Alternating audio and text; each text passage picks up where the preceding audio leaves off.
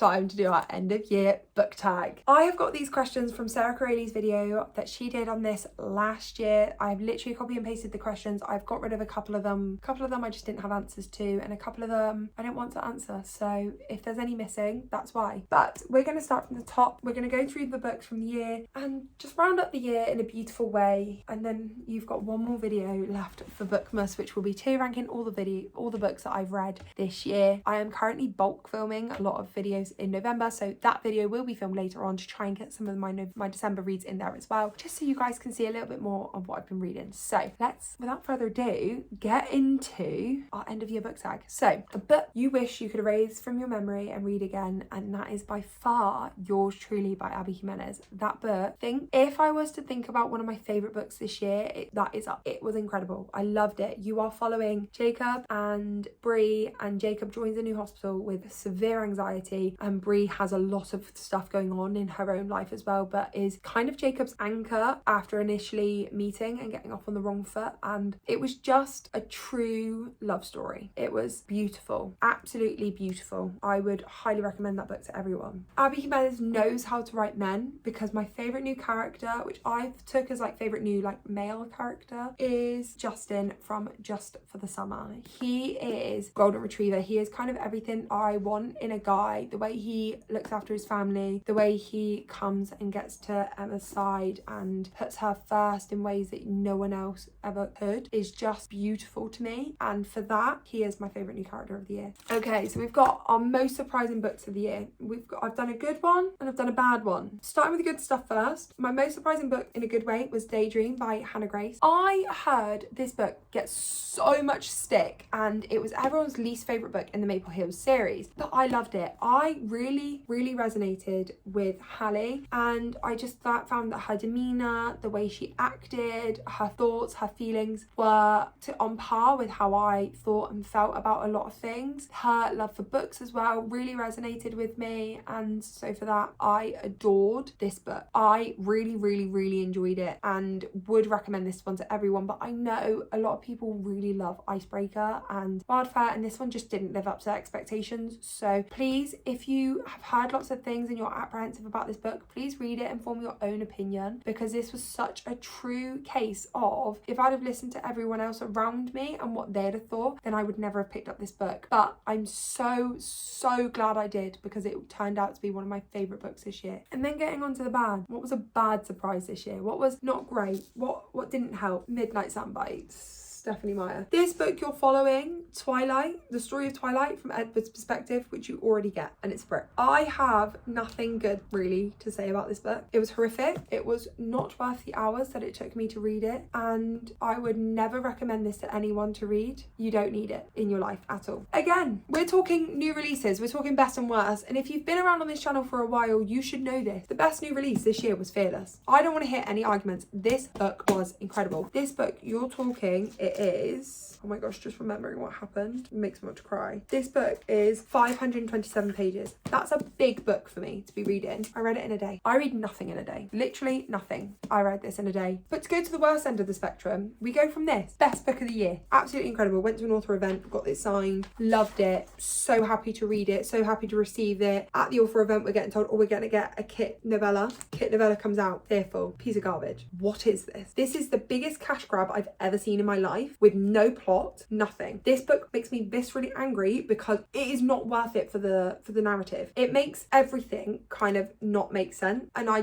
just hated it. I really liked the way that Fearless ended, and I was thinking, yeah, we're gonna get a kit novella, we're gonna get kind of him maybe in the afterlife, we're gonna see him happy, we're gonna get a bit more reasoning. It just made me hate him that little bit more. I was not a fan of this book and wouldn't recommend anyone. Fearless, 5 stars read. Fearful, don't bother. Okay, I'm putting books in different directions. Some books you'll see again, some books are done. Okay, the longest and the shortest book that I've read this year will come to no surprise that the longest book that I read was Midnight Sun. I don't even know how long it is. I know it's It's so long and I read it. It's 756 pages. That is ridiculous. Like, actually ridiculous length for a book. That was garbage. And the shortest book I read was The Housemaid's Wedding, which was less than 100 pages. It was a little novella to bridge the gap between Housemaid 2 and Housemaid 3, because in Housemaid 2 it ends, and then in Housemaid 3 she's like happily married, and so it bridges that gap and you see what happens then. But it was such a short book, but it still had a thrill to it and a storyline to it that was worth reading, which I thought that Frida McFadden did in such a beautifully executed way. So would highly recommend. Okay, the next question. The happiest book I read was yours truly. It wasn't the happiest in terms of plot all the time, but it just made me feel so happy, and it made me cry, but it also made me so happy, and I've never wanted characters to be together so much before in my life. And that book, just incredible. The best series I've read is the Waterview series. This series shocked me so much because I started reading Empowered on holiday and Softy and Effed It because I was just like, I really don't like it. I really don't like it. I then carried on, picked it up, got through it. And I say got through it as if it's a bad thing. I picked it up, carried on with it, carried on reading, kind of was like pushing myself to read it. Was like, no, I need to read it because I've got books 2 and 3 at home, which I need to read. I loved it. I loved it. Incredible. Ruthless. Chef's kiss. I cannot wait to see what these girls come out with next. Incredible books. Best series I've read all year. That shows because I've read books 1 to 4 in 1 year, and really, not even in 1 year, in 6 months. And I did really, really, really, really enjoy them. Okay. The next one is the book with the prettiest cover. Fearless.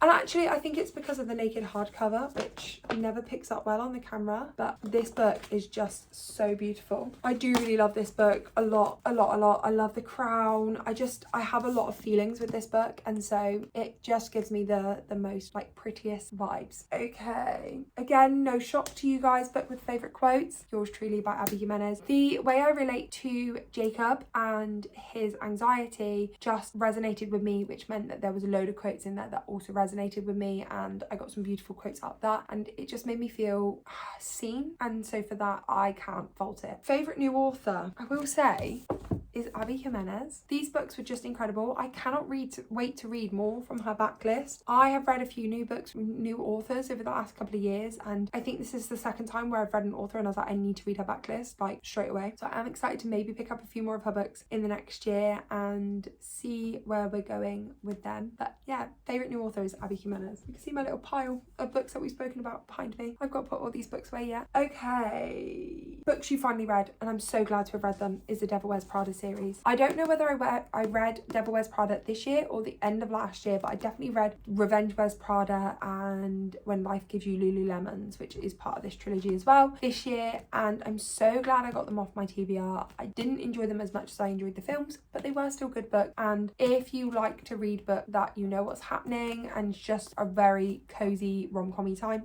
these ones are great. Oh, I need that one again. Okay, books you're glad you got off your TBR. I forgot I needed this one. Oh, we've got a casualty. I forgot I needed this one. There's 2. Midnight Sun, the size, and also I just feel like I didn't need to read it, but we've read it now and it's off my TBR. And also Pretty Girls by Karen Slaughter. I had heard so many things about this book, how disgusting it was, how brilliant it was at the same time, and for that I'm so glad I got it off my TBR because it was really, really good. I would highly recommend it, but it is a bit vulgar and it is quite long, so take from that what you will, but I would recommend it. What books do I think should be made into TV shows or movies? And I do think the I Heart series I've got here should be made into like either. I think movies would be great. They give me very much Confessions of a Shopaholic vibes, and it still makes me sad to think that Confessions of a Shopaholic was only ever the first book was made into a movie, because that's a whole series and they were so beautiful, and I feel like these would do the same. You'd be following a chaotic woman who has no communication skills. It would probably set feminism back a little bit, but you would follow her in New York, in Hollywood, in Paris, in Vegas, in London at Christmas time, living her life forever, and then finally in Hawaii. Like, you're following the same woman across all these different places. I feel like we would get to see so many beautiful scenes, settings, scenarios, and it feels very much fiction life. By that I mean a lot of it would never happen in real life, like getting stranded in New York or having all your stuff blown up at Paris Customs, but it feels like it, when you're reading it, it feels like it could happen, and she now tells you what to do. So I would highly recommend these getting getting made into movies. I just feel like they would be beautiful. They would be really beautiful to see as movies and as feature films and stuff. Yeah. Okay, next question. Following from that, which book is your happy place book? I Heart London. This book was just beautiful. I think this book will fall in with the every guy's got one category of I could just reread them and it feels like a warm hug and I don't need to worry about it. I don't need to think. I can just read and lose myself into their world because it was beautiful. I know London as well, not well, but I've been there so I can picture it. It was just so comforting. Yeah, highly recommend this book, especially from the series, and it is going to be one of my happy place books where I can go to, and it's not necessarily the best thing I've ever written. It's not going to be one of my 6-star highly recommend books, but it is going to be a book for me that feels like home, I guess is the only way I can say it. I feel content when I'm reading it, and for that I will always be grateful to find this book. Okay, my unpopular book that I loved was Daydream. If you've heard me talk about this book, you will know I found a piece of myself in Hallie. I loved it. I listened to the audiobook and I just really resonated with the characters, and so for that I would highly recommend. I do feel like you need to give this book a chance. If you've read the Icebreaker series but you're apprehensive about this one because of the reviews, give it a chance, because I've seen a few people really enjoy this book as much as I've seen a few people really not enjoy this book. So you need to form your own opinion on this book and these characters, because there is something special about them. There really is something special about these characters. And my popular book that I didn't like was As Good as Dead. The less said about that, the better. It makes me angry thinking about it. That is in a vlog somewhere. I wouldn't bother with it. Okay, my lowest rated on Goodreads actually is Revenge Wears Prada, but my highest rated is Dependent, and I agree with those ratings,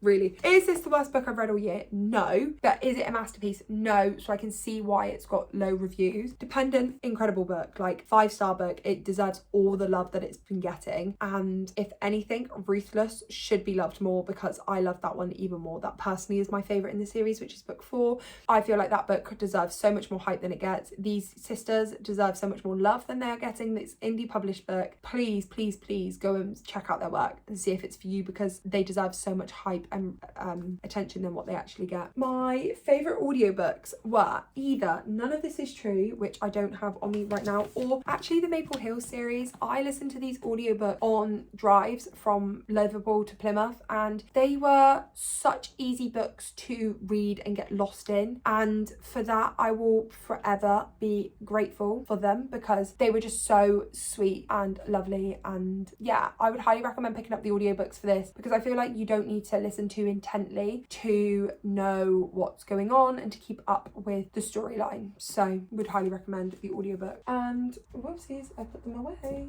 My new comfort book should come through no surprise as the I Heart series, because these are just like a cozy hug from someone that feels normal. So often you're reading these books and they've got these flashy jobs, or they're doing these crazy things, and it doesn't feel normal. Angela feels like a normal person. And then some housekeeping. I reached my Goodreads goal. I've surpassed my Goodreads goal, and I've really enjoyed my favourite challenge that I've done, reading challenge that I've done this year, is actually reading the Goodreads bookmark. I've spoken about this in another video, but I'm looking at potentially magpieing them into my own version next year, so stay tuned for that and what that might look like. Then personally, what's my favourite video that I filmed was the Cos vlog, which was the one in Greece. I just loved filming it and putting it together, and I'm really proud of how that came out. But I've also just enjoyed filming this year. I've enjoyed kind of finding my feet, deciding what I want to do. Bookmas is crazy to think that it was even achievable. If you'd have asked me in January, you're going to be doing Bookmas, I'd have laughed. But I've upped my videos to 2 videos a week, and then obviously in December I'm releasing 24 videos. That's insane. So I'm loving my content at the moment. And favourite TV show of the year is The Night Agent, because I just loved it. I binge watched both series in a day, each series, and just would highly recommend if you like kind of suspenseful, I want to say police dramas, but he's not in the police, but that kind of vibe. Definitely watch it. Thank you guys so much for watching, for keeping up with me this year, for seeing all of the books and pieces that I've gotten up to. I hope you guys are enjoying it. I hope you are excited for day 24 tomorrow, where we're tier ranking the book. And then what I will say is you will not have any more videos from me until the new year, because I'm taking the rest of the year off. So thank you guys so much for watching. I look forward to seeing you tomorrow for the final Bookmas video, and yeah, I'll speak to you later. Bye.